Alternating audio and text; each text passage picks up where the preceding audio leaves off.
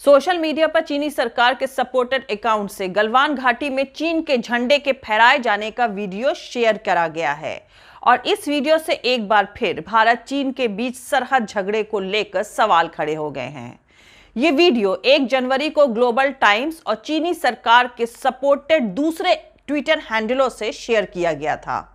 Global times के tweet के मुताबिक 1 जनवरी 2022 को चीनी सेना PLA के सैनिकों ने भारत के साथ लगी सरहद के पास गलवान घाटी में चीन के लोगों के नाम नए साल की मुबारकबाद का पैगाम दिया था।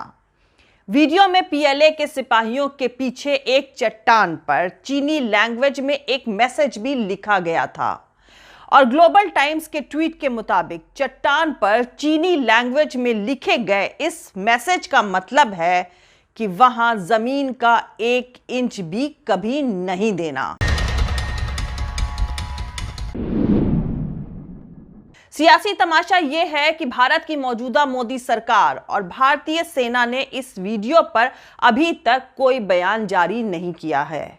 दूसरी तरफ दिलचस्प बात यह है कि उसी दिन भारत में कई मीडिया रिपोर्टों में भारत चीन सरहद के कई पॉइंट्स पर दोनों मुल्कों के सैनिकों को नए साल के मौके पर एक दूसरे के साथ मिठाइयां शेयर करते हुए दिखाया गया था। अब ध्यान देने वाली बात यह है कि इसको इंडियन मीडिया में जगह मिली थी, पर चीनी मीडिया में इसको कहीं भी शेयर नहीं किया गया। Modi government is a weak kneed government. I'm sorry to say, but we have a weak Prime Minister who refuses to utter the word China. Modi government has compromised on national security and territorial integrity of India. This is an unpardonable sin that no government has committed. How dare, and I say with sense of responsibility, how dare China raise its flag over Galwan Valley when only tricolor needs to be unfurled there? How dare China continue to be in occupation of Gogra Hot Springs, Depsang Plains? How dare China rename places in Arunachal? How dare China set up a village inside Indian territory in Arunachal Pradesh? And how dare Modi government remain mum over it?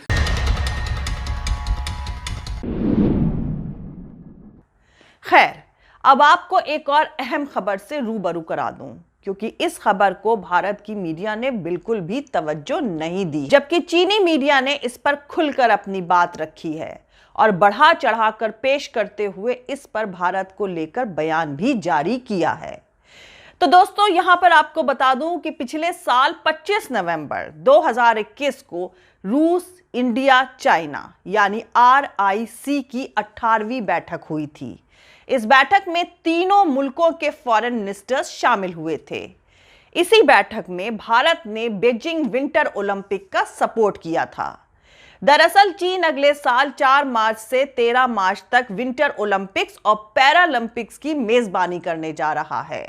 America, Japan, Canada और Australia ने चीन में winter Olympic का diplomatic तौर पर boycott किया है, यानी ये चारों मुल्क विंटर ओलंपिक में अपना कोई डेलीगेशन नहीं भेजेंगे। क्वाड गुट में भारत इकलौता ऐसा मुल्क है जिसने विंटर ओलंपिक में चीन को सपोर्ट करने का फैसला किया है। कहा जा रहा है कि भारत ने रूस की वजह से चीन को यह सपोर्ट किया है।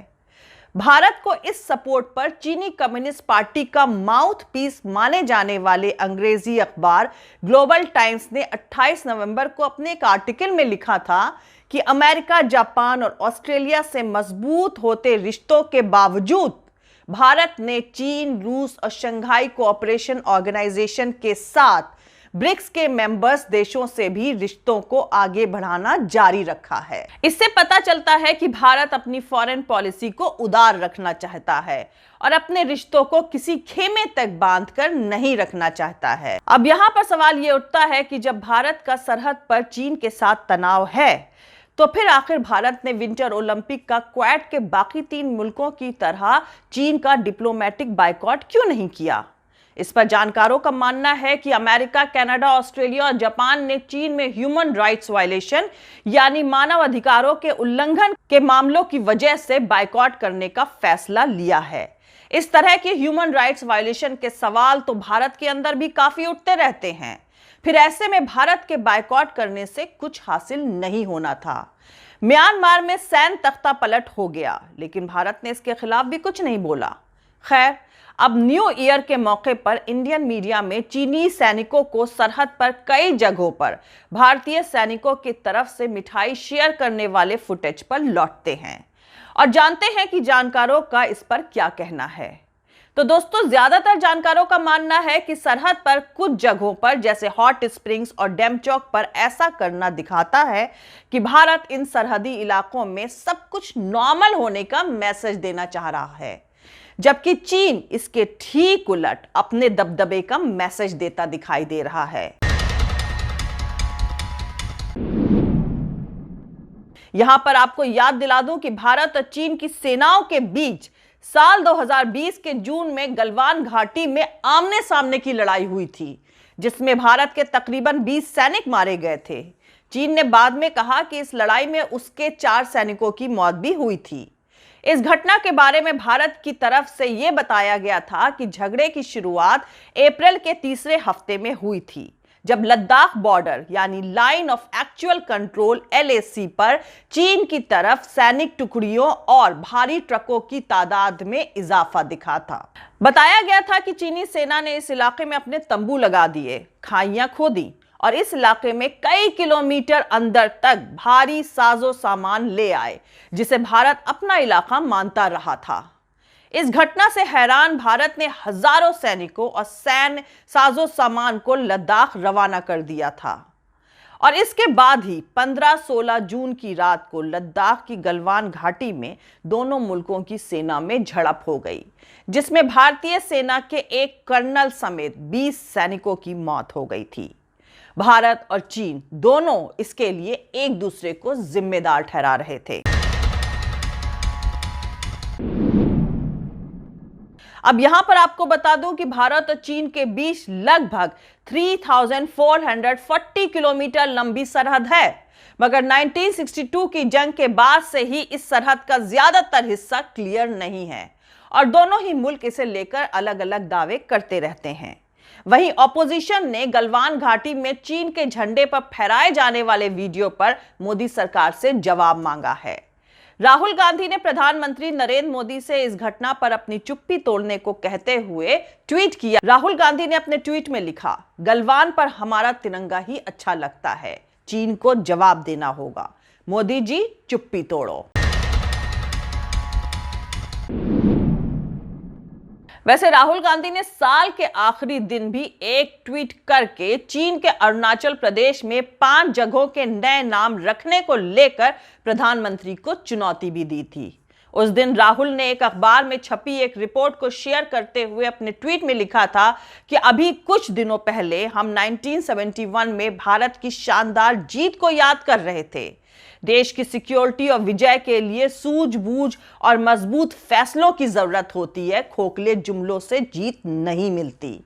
हालांकि अरुणाचल प्रदेश में नामों को बदलने के मुद्दे पर भारत की फॉरेन मिनिस्ट्री ने बयान जारी करके अपना विरोध जताया था और कहा कि चीन पहले भी ऐसी कोशिशें कर चुका है, लेकिन इससे हकीकत नहीं बदल जाती है। लेकिन गलवान की घटना को लेकर भारत सरकार ने अभी तक अपनी चुप्पी नहीं तोड़ी है।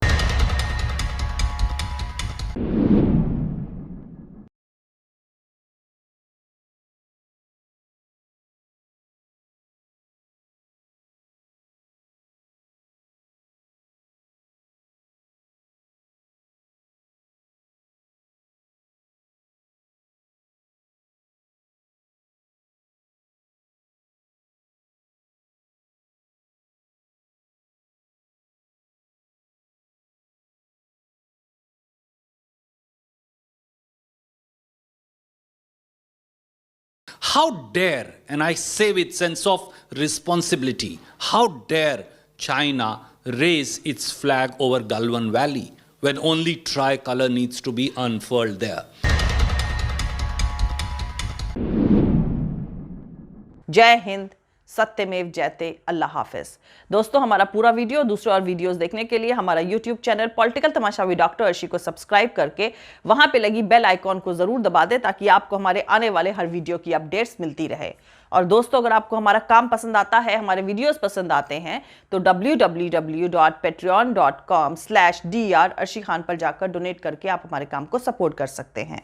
दोस्तों, अगर आपको हमारा वीडियो पसंद आता है तो लाइक और शेयर करना हरगिज नहीं भूलें। आप हमें फॉलो भी कर सकते हैं हमारे ट्विटर, इंस्टाग्राम और फेसबुक पेज पर। मेरा ट्विटर हैंडल है @arshi_aziz khan। थैंक यू, मिलते हैं अगले वीडियो में।